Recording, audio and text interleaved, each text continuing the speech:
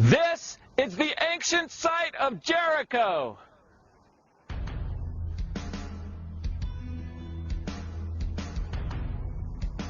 Jericho is where the Bible says the walls came tumbling down. In the 1930s, archaeologist John Garstang dug here, followed by the work of his colleague Kathleen Kenyon in the 1950s. Garstang concluded that the archaeological evidence he found here matched the biblical account. But Kenyon said no.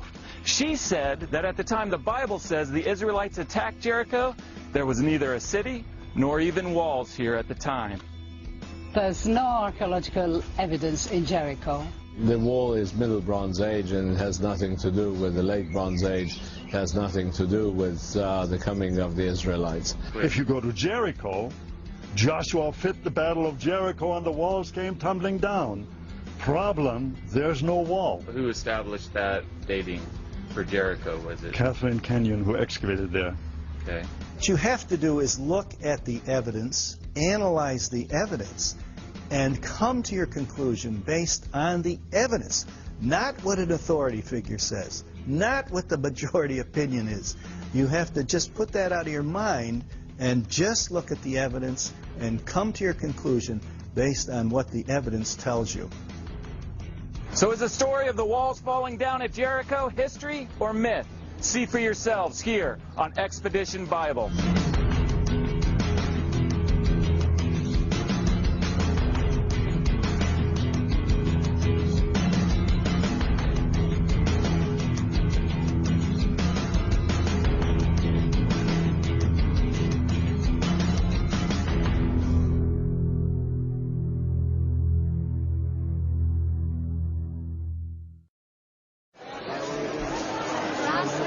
We are here at the Tel Aviv airport, and we are here to pick up Dr. Peter Parr. That's the sign.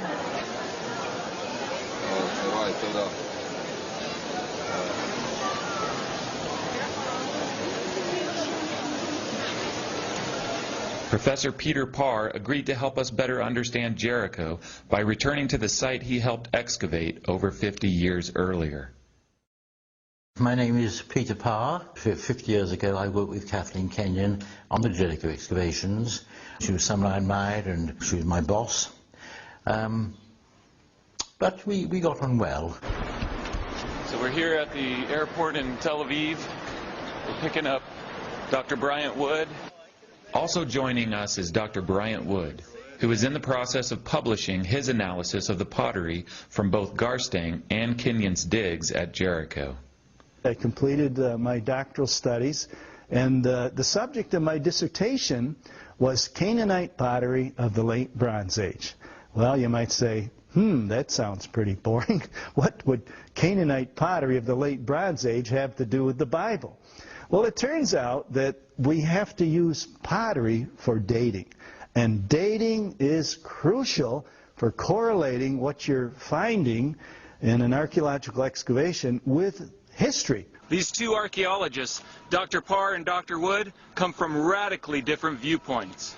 Religion is the belief of the faith. I don't happen to be very religious. Yes, I would believe what the Bible says, take it literally. Despite their differences, let's begin with what these archaeologists do agree about regarding Jericho.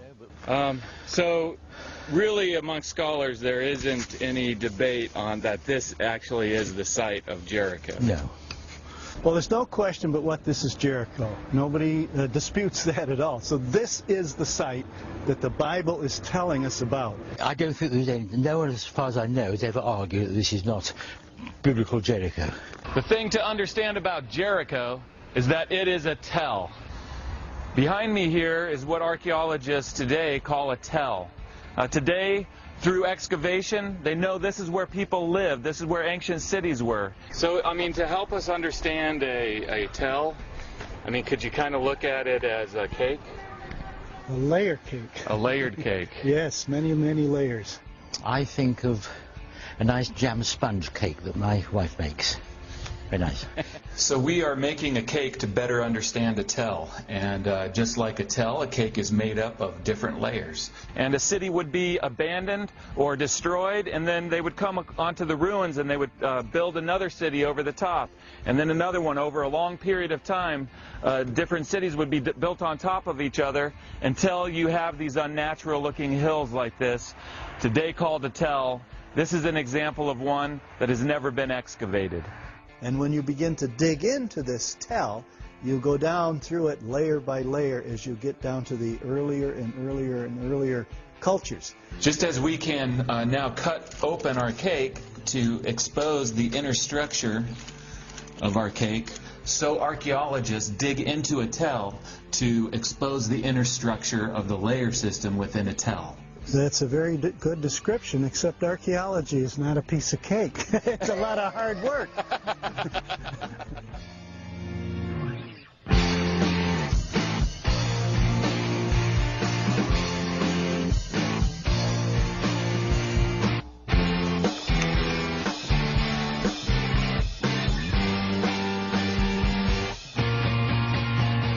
As we excavate the material from the tell, however, it is silent. Very rarely will you find a written document that's going to tell you who lived here, when they lived here, why they abandoned their city, why their city was destroyed.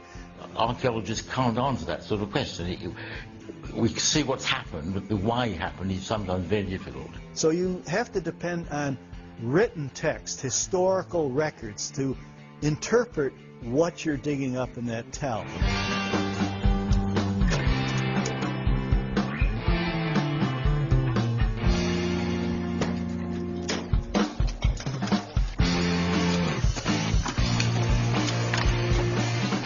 Dr. Randall Price excavates at Qumran, across from cave number 4, where many ancient fragments of Old Testament scrolls were found. These 2,200-year-old texts that were discovered here in cave number 4 were hand-copied from even earlier manuscripts, and they are our best source for what happened at Jericho in the ancient past.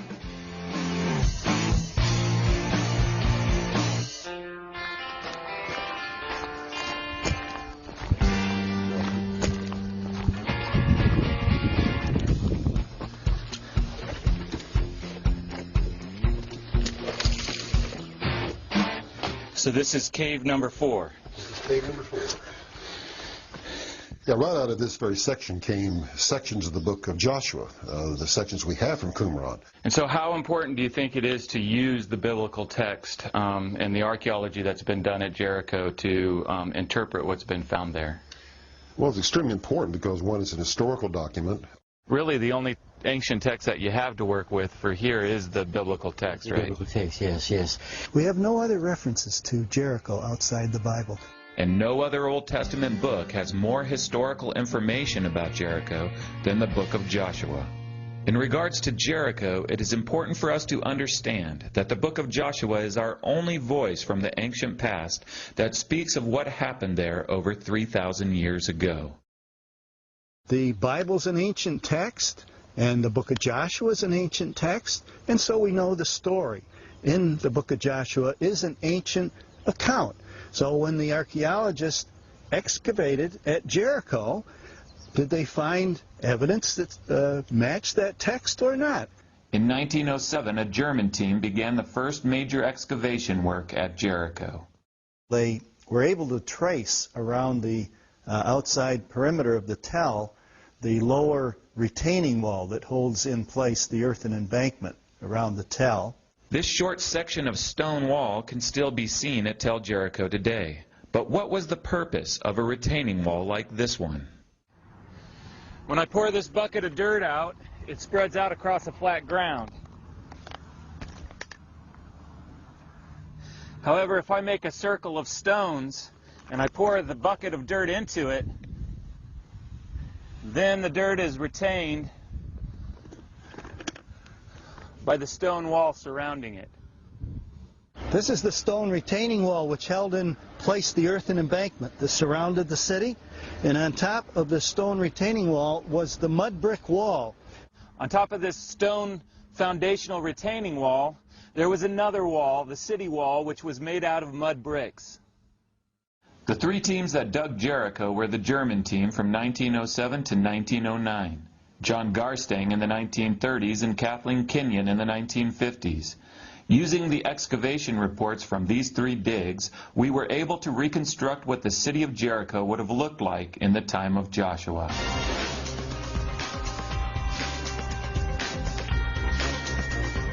Both the stone wall and the mud brick wall on top of it made up the outer wall that surrounded the city. Further up the embankment was another mud brick wall.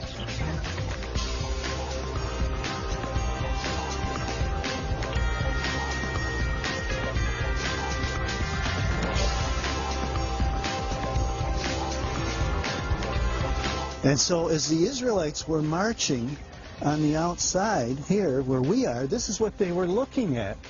This stone-facing wall, this big high mud brick wall, the embankment, another mud brick wall up on top. And so as they marched around, they must have been thinking, how are we going to capture this city? Because it's so strongly fortified. Referring to our ancient text, Joshua 6:20 says that on the seventh day, at the sound of the trumpets, the wall collapsed. And the Bible is very specific in how it describes that event. The Hebrew wording there is the walls takatha, fell beneath themselves. And on the seventh trip around, we're told in the Bible, the mud brick wall collapsed and it fell outward and down to the base of the stone retaining wall. And when the archaeologists dug in this area, they found this pile of mud bricks all the way along the retaining wall. So where I am right now is where the pile of red bricks were found. That's correct. The Germans, Garstang and Kenyon, all found these piles of collapsed mud bricks while excavating at the base of the stone retaining wall. Then she shows that she dug down the side of that the outside of that revetment wall, and then there were reddish collapsed bricks that she said came from the top of that stone wall. Yes. Which is another reason to suppose that these weren't, there were walls on top. They're not in situ, but the collapsed brick has come down. Yes. If you have a brick wall sitting on top of a stone revetment and it falls over, where else can the bricks go? They've got to go to the bottom. And so, with that pile of bricks, what does that tell us? Does that tell us that there was a destruction of the wall? Certainly. It certainly is evidence of that destruction. These fallen bricks from the city wall can be seen in this diagram from Kenyon's excavation report. In her write-up, she makes it clear that it was not the stone retaining wall that fell, but rather the mud brick wall that once stood on top of it. And so she writes that up in her report, that here we have a collapsed city wall, and here's the evidence for it. The archaeological understanding of how the walls of Jericho fell matches well with the ancient description of the wall falling beneath itself. This find of a collapsed city wall found here at Jericho is unique in archaeology. At no other site have we found evidence for a city wall that has fallen down. Yes, there were remains of the mud brick that had fallen down. I mean, that wall came tumbling down. So the Bible says that the wall came tumbling down. The archaeologists then came and dug Jericho, and what did they find? They found a collapsed city wall. This fits perfectly with the description from the ancient text. And when you have that text, and you have the archaeology, and you can fit them together, then you have the evidence from both sides, the literary evidence and the actual physical evidence from what the Bible is talking about. Another interesting detail regarding the walls of Jericho is found in Joshua 6:20. It says that after the walls collapsed, the Israelites went up into the city. Kenyon's excavation report shows that the pile of fallen mud bricks could have been used as a ramp by the charging Israelites. Because that would be a problem, wouldn't it? I mean, if the soldiers were charging, there was a mud brick wall up there. Even with that mud brick wall gone. I mean, this is what are they supposed to do? I mean, you know, climb up the wall to attack. So what Kenyon's report says is that mud brick wall collapsed off of this foundation, and it went all the way up to the top of the rim there, and it formed a ramp like this so that when the charging army would come, they could have run up into the city to attack it. Yeah, that's right. That's exactly what the Bible says. Each man went before him straight up into the city, and they could do that by just climbing up over that pile of collapsed mud bricks, up over the top of the stone retaining wall, up the embankment, and into the city. Joshua 6:24 then tells us that the Israelites burned the whole city and everything in it. To understand what a burned city would look like in Etel, let's return for a moment to our cake analogy. This chocolate layer represents a city that was destroyed by fire. Ooh! A burned layer stands out from the other layers of a cake, just as a burned city stands out when Etel is excavated. Now, just as we can remove a slice from a cake to expose the inner structure of the cake, the same thing is true for Etel. As this trench was dug, this burn layer that you see right here was exposed. When Kathleen Kenyon came in the 1950s, she opened up actually 5 squares in this area to kind of check Garstang's findings to see if she came up with the same results he found, because he found evidence for a massive destruction by fire, and he of course equated that to the biblical account, because the Bible says the Israelites charged up into the city and then they set it on fire. So she opened up these squares, and she found exactly the same sequence that Garstang had found. Vast destruction layer, about 3 feet thick of destruction debris, ash, collapsed roof timbers, and all kinds of things. Now in this burn layer, both Garstang and Kenyon found room after room of large storage jars that were full of grain, and all of it was burned. Domestic structures had been violently destroyed. There were storage jars full of grain that had all been burnt. Yes, the burnt wheat found there at Jericho is very important because it ties in with our biblical story. Joshua 3:15 tells us that when the Israelites crossed the Jordan, it was at flood stage because it was during harvest time. And we see in Joshua 5:10 that after crossing the Jordan River, the Israelites celebrated the Passover. It tells us in the Bible, when the Israelites crossed the Jordan River, it was at flood stage because it was harvest time. Well, in the southern Jordan Valley, harvest time is in the spring of the year. Would you agree with some of Wood's arguments as far as the wheat that was found there, that it at least tells us some basic information as far as what time of year the city was destroyed? Yes, his assumptions, I think, are reasonable. Those containers, those pots were full of grain, therefore they must have been filled fairly soon after the harvest.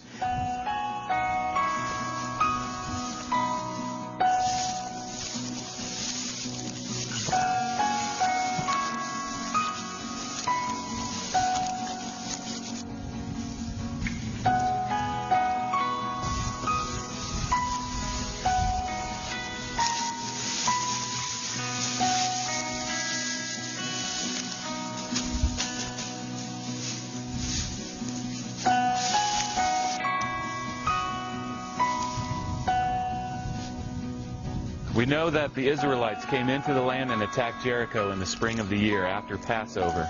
And that's the same time of year as it is right now in Israel. All over Israel they're celebrating Passover, and the people are bringing the wheat harvest in from the fields. And so we know both agriculturally and archaeologically that Jericho was attacked after the wheat harvest had been taken in.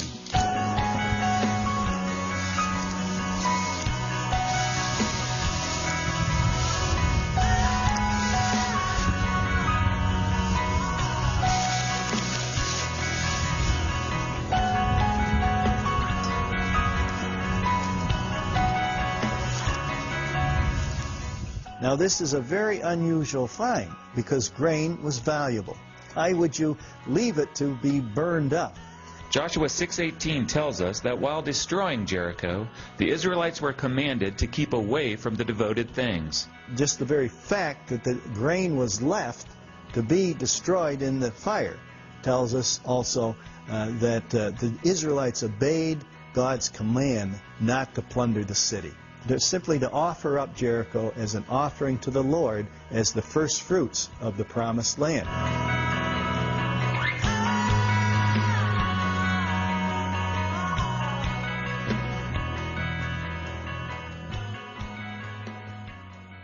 The basic sequence of events found in the Bible describing Jericho match the layer sequence the archaeologists found in the Tell.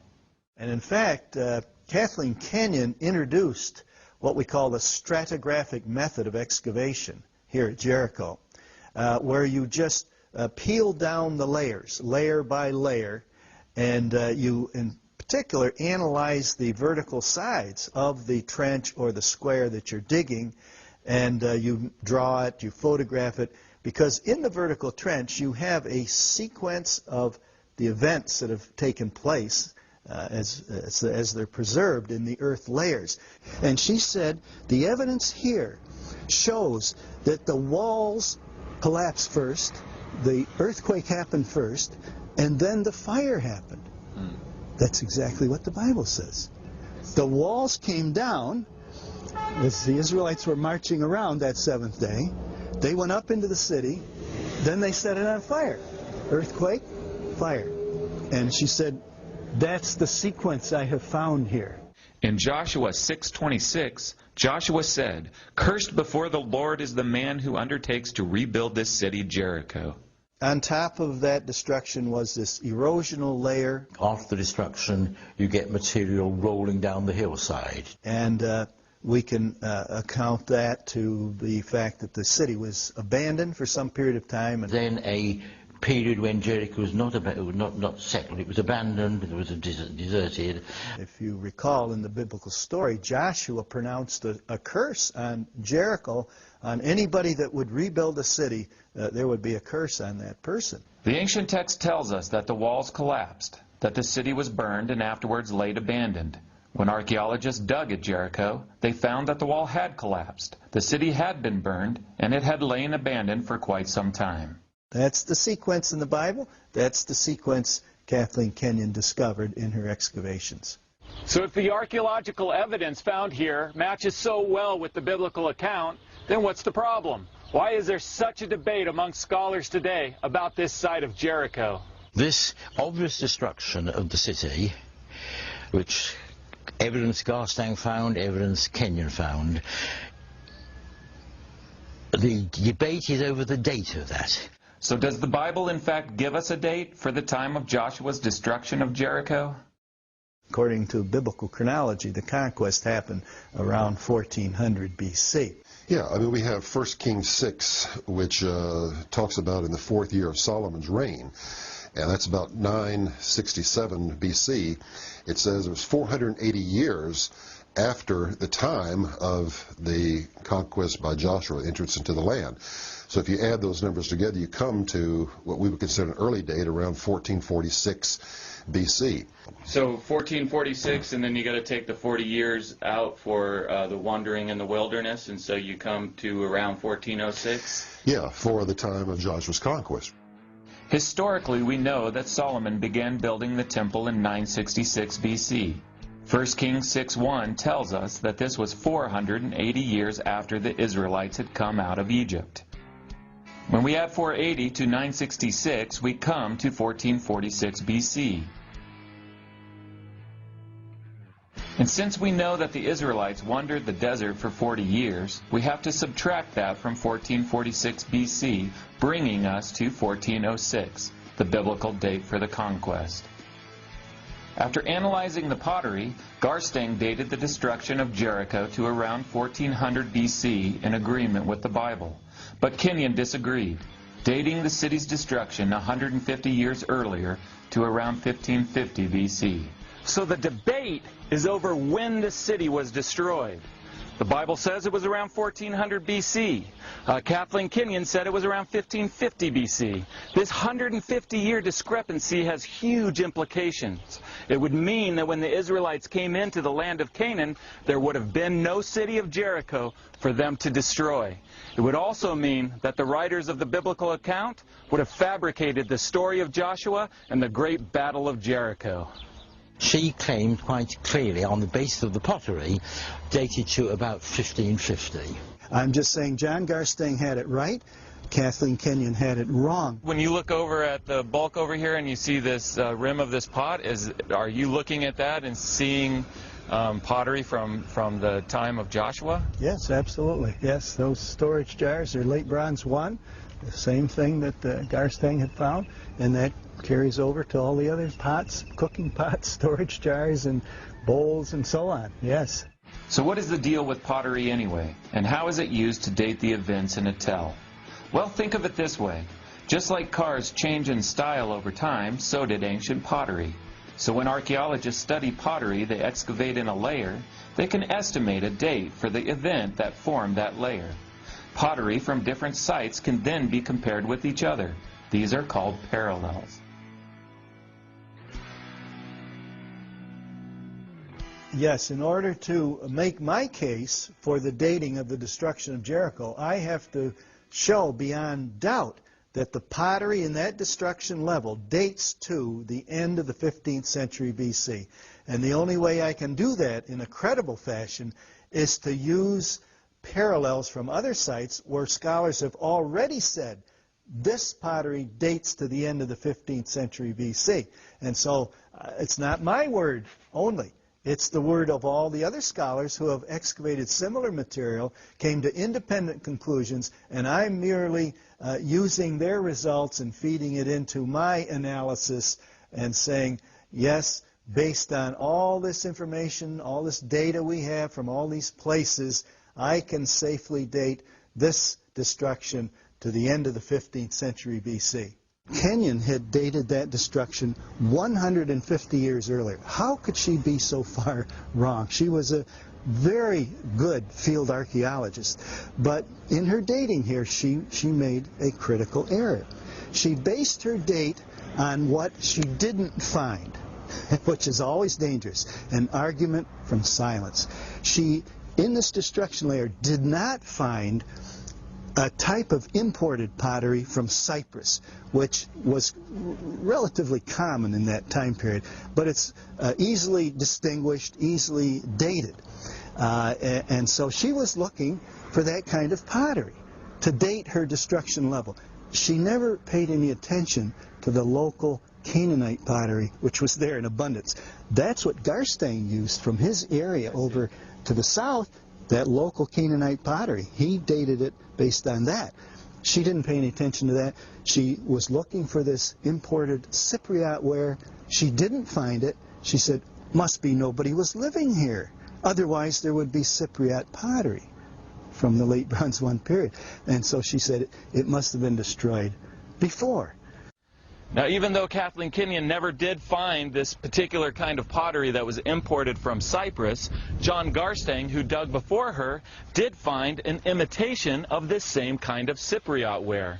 And what an imitation is that it is a copy that uses the real type of pottery. And therefore, they both date to the same time period, around 1400 BC. I have studied all of the pottery that she excavated out of this destruction level. I've studied all of Garstang's pottery, and it's very clear that that destruction happened at the end of late Bronze 1, around 1400 BC. Well, I think the strongest part of the argument was the question of pottery, where he said that the pottery that was found from the destruction, associated with the destruction, in view of the parallels he found at other sites, was to be dated close to 1400 and 1550. When we do an in-depth analysis of the finds from Jericho, we soon discover that the reason for the discrepancy is not because the Bible's wrong, but because of a misinterpretation of the archaeological evidence. I do tend, I suppose, to support Kenyon's interpretation, but at the same time, some of the other critics have studied the material in greater depth. In this case, Kathleen Kenyon misdated the destruction of Jericho. So my mind is somewhat still open on the question of the date of that destruction. And once we analyze the material from the destruction level, we see she was wrong. The real date is around 1400 BC, the biblical time of the conquest. I'm a neutral. I do not know whether Jericho was invaded and attacked by Joshua.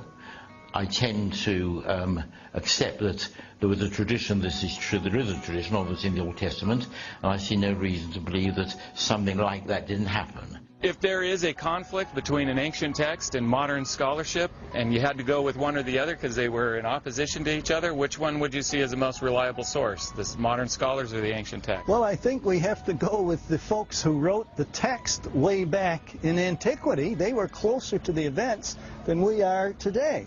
So when the archaeologists excavated at Jericho, did they find evidence that matched that text or not? Well, yes, they did. They found that it was fortified, as the Bible says. We found that the walls fell down, as the Bible describes. This happened at harvest time, as the Bible describes. The city was burned, as the Bible described. You would not know those details. It had to be somebody who was there and witnessed these events and recorded it at the time. An eyewitness account. That's the only answer. There's no other answer. So I think we have to take the Bible literally and believe that this really happened. This is real history, and those walls came down exactly as described. The battle for Jericho is one of the most memorable stories in the Bible. And since the Bible is our only ancient account for Jericho, and since the details in the text match so well with the archaeological evidence found here, then the best conclusion that we can draw is that at the time of Joshua's conquest, the walls of Jericho really did come tumbling down.